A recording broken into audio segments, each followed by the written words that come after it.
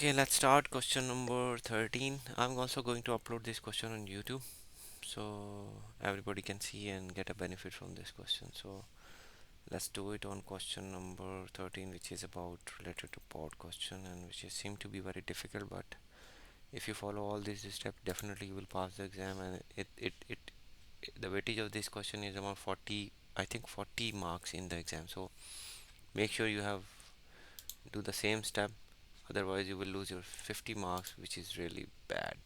You will not able to pass the exam, right? So I'm going to increase the size of this question. In this question he is saying you have to create a pod with this name from the image you created in question number 12, right? And then you have to use the image. As I said, you have to use the image you have created in a previous question, and then you have to create a service with this name, container hyphen dot asciipdf, whatever it is. And then you have to configure this service, which is automatically started, and you don't need to run the command to run the pod, right? When the user is logging, it automatically started because you are going to create a services, right? And the last part, he's saying that you have to mount few directory with the pod, opt file attached with the container directory, opt incoming, and then you have to do opt proceed directory from into the container opt outgoing directory, right? So let's start it. I'm not going to repeat all these steps because it's we already done it. We have start from yum install configuration, right? So let's do it. Let me clean this one, install it, and pod yum. uh, uh, yes, I have to. Why it is yum? Yep, you have to log in to with root user because you have to run it from the root user. You don't need to run on the normal user auth. So run it and let's see if it's able to install it. Hmm.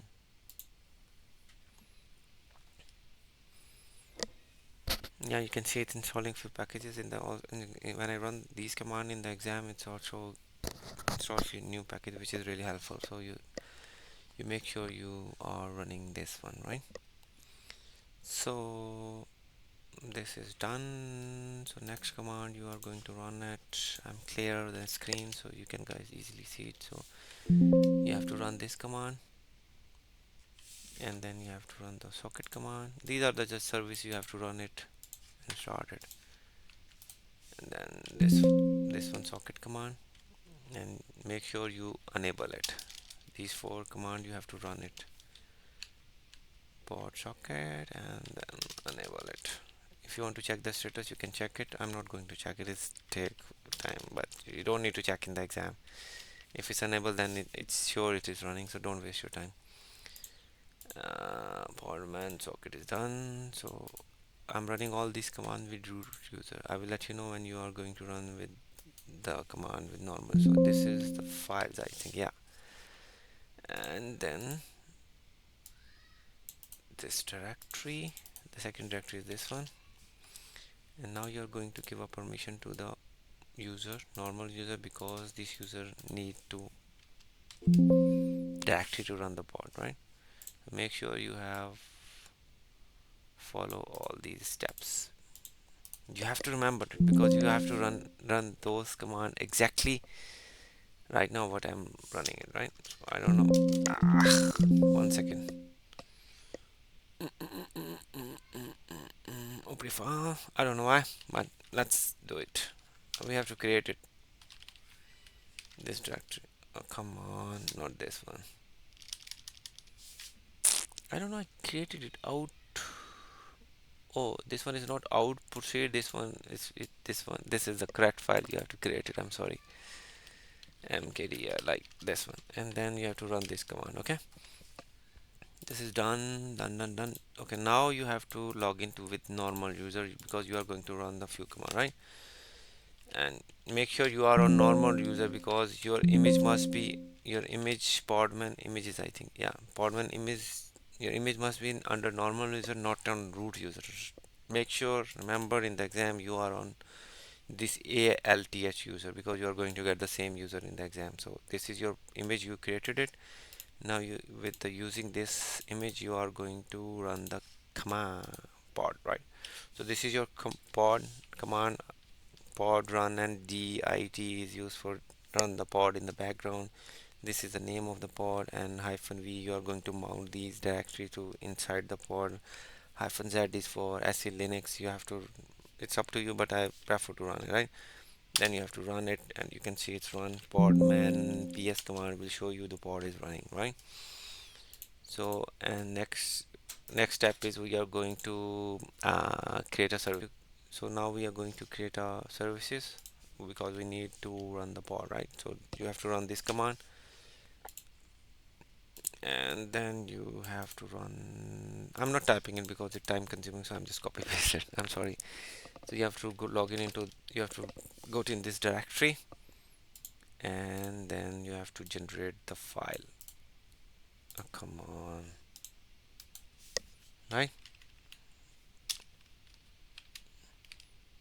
You can see the file is created as he said in the question, right? So this is done. We have to reload the configuration. So this is the reload your configuration, that's it. And then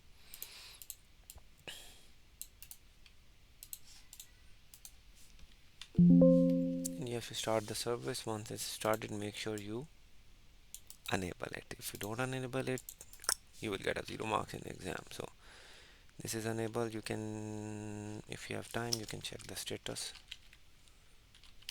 right? So this is running. So the last two command is this one. This is going to enable your services, so you make sure you run those command. And the last command is showing you the which service you enable with this user. So I'm running it, it shows you like you are, these are all configuration which we have done it, right?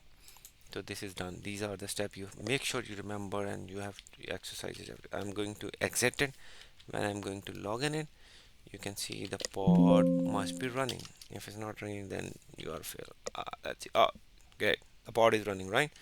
If you reboot the server, it will, you log in it and you can see it's still running. So this is your question. Make sure you remember all the steps. These are the simplest step, I'm just telling you guys. So if you want to all the questions which are from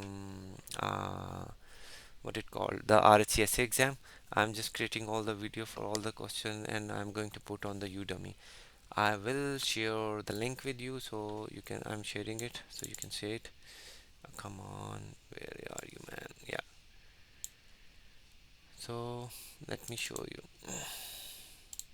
I'm just creating the video, so I think it's still in under progress. So you can see this is the course name, Red Hat Exam RHCSA Exam 2024 April 6, right? So make sure you you are going to get this one, and it is under my name. Let me see if you can see my name. Yeah, this is my name. So you can just find on the Udemy and find this course. I'm also going to upload for more exam videos, but for just now this is the RHCSA exam, and sooner I will go, and when I give my exam RHCSE Radar Certified Engineer, I will also upload the videos, right? It is a bit expensive. I give a price for $100, because if you prepare these questions, you will definitely pass the RHCSA exam. So thank you so much for watching the video. Bye.